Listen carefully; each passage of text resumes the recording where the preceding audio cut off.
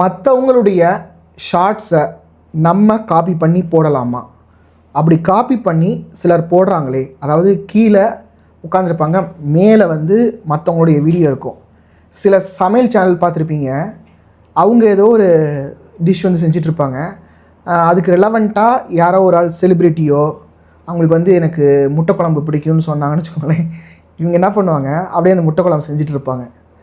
சில பேர் என்ன பண்ணுறாங்க, மற்றவங்களுடைய வீடியோஸ் வச்சு அப்படியே ரீமிக்ஸ் பண்ணி போட்டு அவங்களுடைய சேனல் பார்த்திங்கன்னா 2 lakh சப்ஸ்கிரைபர், 3 lakh சப்ஸ்கிரைபர் இந்த மாதிரிலாம் இருக்குது. சில பேர் சினி சாங்ஸ் யூஸ் பண்ணியே 5 lakh சப்ஸ்கிரைபர்ஸ் இந்த மாதிரிலாம் வச்சுருக்காங்க. இது வந்து எப்படி பாசிபிள்? இவங்களுக்கு வந்து காப்பிரைட் வருமா, இல்லை ஃப்யூச்சரில் நம்மளுக்கு வருமா? இதை ஒட்டி சிலருக்கு வந்து ரிப்பீட்டேட்டிவ் கண்டென்ட், ரீயூஸ்டு கண்டென்ட் சொல்லி அவங்களுடைய சேனலை வந்து டிமானிட்டைஸ் பண்ணுறாங்க.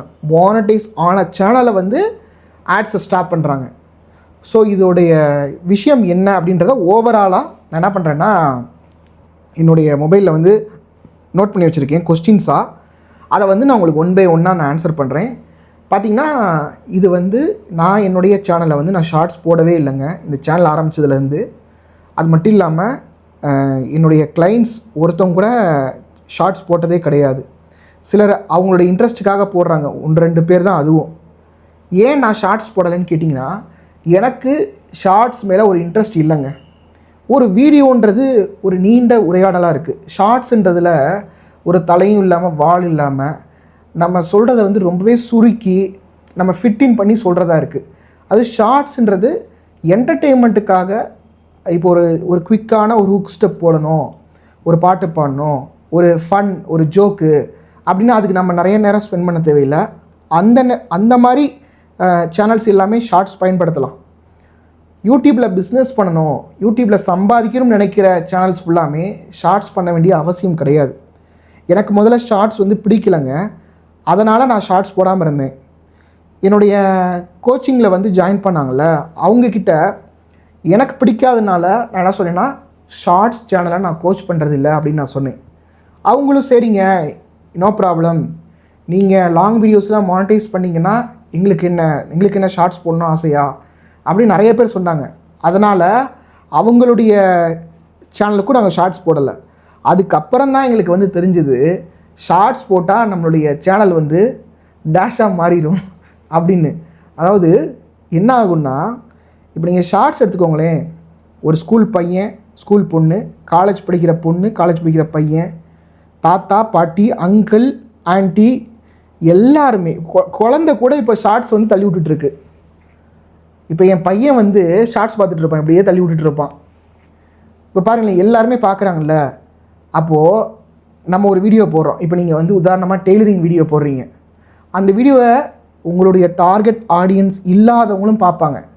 அவங்க என்ன பண்ணுவாங்க, உங்கள் சேனலில் சப்ஸ்கிரைப் பண்ணிவிட்டு உங்கள் வீடியோவே பார்க்க மாட்டாங்க. என் பையன் வந்து இப்போ டெய்லி ஒரு 10 சேனலில் சப்ஸ்கிரைப் பண்ணிடுவான்னு வச்சுக்கோங்களேன். சரிங்களா?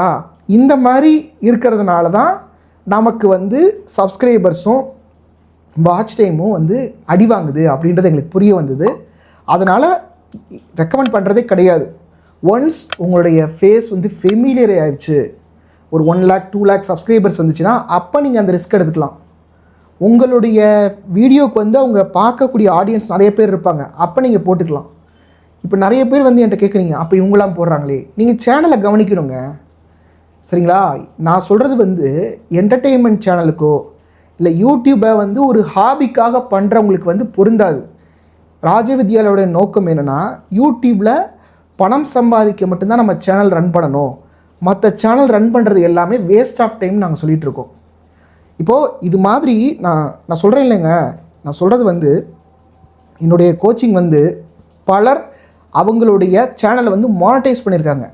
நீங்கள் நம்பலைன்னா ஃபஸ்ட் கமெண்ட்டில் லிங்க் இருக்கும், கிளிக் பண்ணி பாருங்கள். இப்போ இந்த கொஸ்டின்ஸை வந்து நம்ம 1 by 1 பார்க்கலாம்.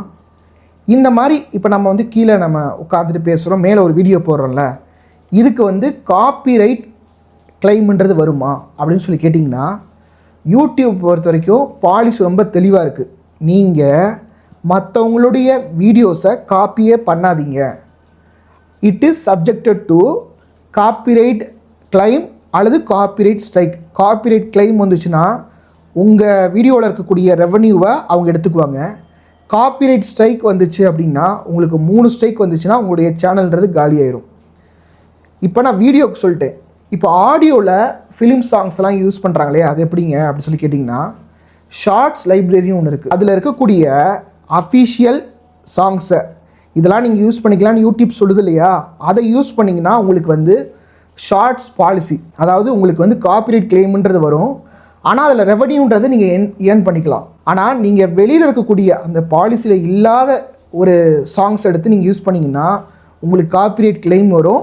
அந்த ரெவன்யூவை வந்து அந்த ரெஸ்பெக்டிவ் ஓனர் வந்து பயன்படுத்திக்குவாங்க. அடுத்த கொஸ்டின் என்னன்னு சொல்லி பார்த்தீங்கன்னா, இந்த மாதிரி ஆடியோவோ அல்லது அடுத்தவங்களுடைய வீடியோவோ நம்ம ஷார்ட்ஸில் பயன்படுத்துறதுனால நமக்கு இருக்கக்கூடிய ரிஸ்க் என்ன அப்படின்றத பார்த்துடலாம். இப்போ நிறைய பேர் எனக்கு வந்து மெயில் பண்ணுறாங்க, எனக்கு வந்து ரீயூஸ்டு கண்டென்ட் வந்திருக்கு, எனக்கு வந்து ரிப்பீட்டேட்டிவ் கண்டென்ட் வந்திருக்கு. அவங்க சேனல்லாம் நான் வந்து பார்க்குறேன். அதில் என்ன ஒரு காமனான ஒரு மிஸ்டேக் இருக்குன்னா, இவங்க வந்து ஒரு சமையல் வீடியோ பண்ணுறாங்கல்ல, இவங்க பண்ணுறதுக்கு வந்து வியூஸ் போகாது. இவங்க என்ன பண்ணுறது, யாரோ ஒரு செலிப்ரிட்டி வந்து எனக்கு வத்த குழம்பு பிடிக்கும், எனக்கு வந்து ரசம் பிடிக்கும் அப்படின்னா அந்த கிளிப்பிங்கை போட்டுறாங்க. இப்போ அந்த கிளிப்பிங் எடுத்த ஓனர் இருக்கார்ல, அவர் வந்து காப்பிரைட் கிளைம் கொடுத்துட்றாரு, இல்லை காப்பிரைட் ஸ்ட்ரைக் கொடுத்துட்றாரு.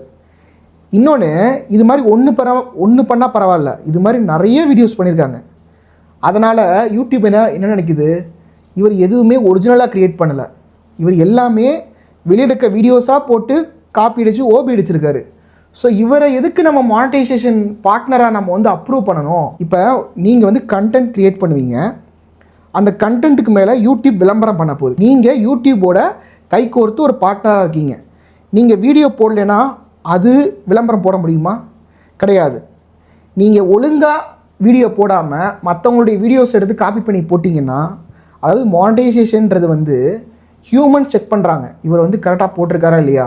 ஒன்றும் இல்லைங்க, நீங்கள் வந்து ஒரு ஆபாசமான வீடியோவை இல்லை ஆடை குறைப்பு செய்யக்கூடிய வீடியோவை, ஆக்ட்ரஸஸோடைய ஐட்டம் சாங்ஸை இதெல்லாம் போட்டு நீங்கள் சப்ஸ்கிரைபர்ஸை வந்து ஒரு வாரத்தில் ரீச் பண்ணிட முடியும். அப்போ உங்களுக்கு வந்து யூடியூப் மானிட்டைசேஷன் கொடுக்குமா? கிடையாது. அது வந்து வேரியஸ் டைப் ஆஃப் செக்ஸ் வச்சுருக்கு, ஒரு ஸ்டாண்டர்ட் வச்சுருக்கு. இவரால் நல்ல கண்டென்ட் போட முடியுமா, அட்வர்டைசர் ஃப்ரெண்ட்லியாக இருக்காரா அப்படின்றத பார்க்குது. நீங்கள் வந்து சும்மா மற்றவங்களுடைய வீடியோஸ் எடுத்து போட்டுட்டு கெக்க பக்கன்னு சிரிச்சிங்கன்னா உங்களுக்கு என்ன கொடுக்குமா? நீங்கள் வந்து என்ன பண்ணுறீங்க, இது மாதிரி ஷார்ட்கட் போடுற யூடியூபர் டிப்ஸை பார்த்துட்டு கெட்டு போகிறீங்க. நான் இதை சொன்னால் நீங்கள் கேட்க மாட்டீங்க. நான் என்ன சொல்கிறேன்னா, இந்த மாதிரி டிப்ஸ் போடுறவங்க, இல்லை மாதிரி குறுக்கு வழி சொல்கிறவங்க, இல்லை நீங்கள் வந்து 5 செகண்டு எடுத்துக்கோங்க, அதை எல்லாத்தையும் ஒன்றா சேர்த்துக்கோங்க. நீங்கள் ஒரு வீடியோலேருந்து எடுத்தால் தானே தப்பு, 10 வீடியோலேருந்து எடுத்துக்கோங்க, ஒன்றா சேர்த்து சட்னி மாதிரி அரைங்க. நீங்கள் எல்லாமே பண்ணுங்க. பண்ணிவிட்டு ஆமாம் இவர் சொன்னது சில பேர் பட்டா தான் திருந்துவான்னு சொல்லுவாங்கள்ல, அது மாதிரி எல்லாத்தையும் ட்ரை பண்ணுங்கன்றேன். இன்னொரு 6 மாதம் வேஸ்ட் பண்ணுங்கள். வேறு என்ன பண்ணுறதுன்னு எனக்கு தெரியல. நான் வந்து டே 1லேருந்து மற்றவங்களுடைய சட்டையோ பனியனோ நம்ம யூஸ் பண்ணுவோமா, எதுக்கு நம்மளுக்கு அடுத்தவங்க கண்டென்ட் அப்படின்னு நான் சொல்லிகிட்ருக்கேன். இருந்தாலும் அதை வந்து 5 செகண்ட் எடுத்துக்கலாமா 10 செகண்ட் எடுத்துக்கலாமான்னு நீங்கள் கேட்குறீங்க. அதாவது 5 செகண்டோ 10 செகண்டோ யூடியூப் பாலிசியில் கிடையாது.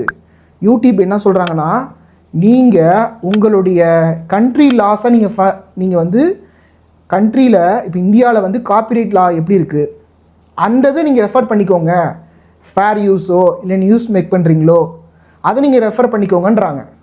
யூடியூப் வந்து என்ன சொல்லுதுன்னா, கிளியராக இருக்குது, நீ மற்றவங்களுடைய வீடியோஸ் எடுத்து போடுற, நான் பார்க்கலன்னா உனக்கு நான் காப்பிரைட் கொடுக்க மாட்டேன், நான் பார்த்துட்டேன்னா உனக்கு காப்பிரைட்டும் கொடுப்பேன், காப்பிரைட் கிளைமும் கொடுப்பேன், காப்பிரைட் ஸ்ட்ரைக்கும் கொடுப்பேன்.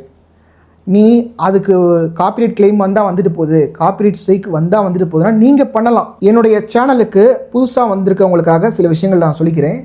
நீங்கள் ஒரு யூடியூப் சேனலை வச்சுருக்கீங்க, அதை ரன் பண்ண முடியாமல் நீங்கள் ஸ்டக்காக இருக்கீங்க, அல்லது நீங்கள் ஒரு பிஸ்னஸ் வச்சுருக்கீங்க, அதுக்கு நம்ம ஒரு ஆன்லைன் ப்ரெசன்ஸ் கொண்டு வரணும், நிறைய பேருக்கு ரீச் ஆகணும் அப்படின்னு நினைக்கிறீங்க. ஆனால் யூடியூப்பில் எப்படி க்ரோ ஆகணுன்ற ஒரு ஐடியா உங்களுக்கு இல்லை. நீங்கள் வந்து ஒரு இடத்துல ஸ்டக்காக இருக்கீங்க. உங்களுக்கு ஸ்டெப் பை ஸ்டெப்பாக கூட இருந்து உங்களுக்கு வந்து சொல்லிக் கொடுக்கணும்னு நீங்கள் நினச்சிங்கன்னா என்னுடைய பெய்டு பர்சனல் கோச்சிங் வாங்க. இது வந்து கோர்ஸ் கிடையாதுங்க, ஒரு ஐடி பாஸ்வேர்ட் கொடுத்துட்டு உங்களுக்கு டாட்டா பை பை சொல்கிற மாதிரி விஷயம் கிடையாது, அல்லது குரூப் கிளாஸ் கிடையாது, அதாவது 10 பேரை வச்சுட்டு ஒரு குறிப்பிட்ட டைம் வந்துட்டு ஆளுக்கு ஒரு கொஸ்டின் தான் கேட்கணும் அப்படின்றது கிடையாது. நீங்கள் வந்தீங்கன்னா அஸ் அ ஃப்ரெண்டாக, சரிங்களா, அதாவது நீங்கள் பணம் கொடுத்ததுக்கப்புறமா நான் ஃப்ரெண்டாக மாறிடுவேன், சரிங்களா.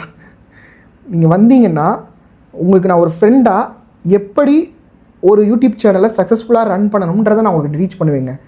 இதை சொல்கிறதுக்கு எனக்கு என்ன அத்தாரிட்டி இருக்குதுன்னு பார்த்தீங்கன்னா, என்னுடைய கோச்சிங் வந்து இது வரைக்கும் 9 சேனலாக நான் வந்து மானிட்டைஸ் பண்ணியிருக்கேன்.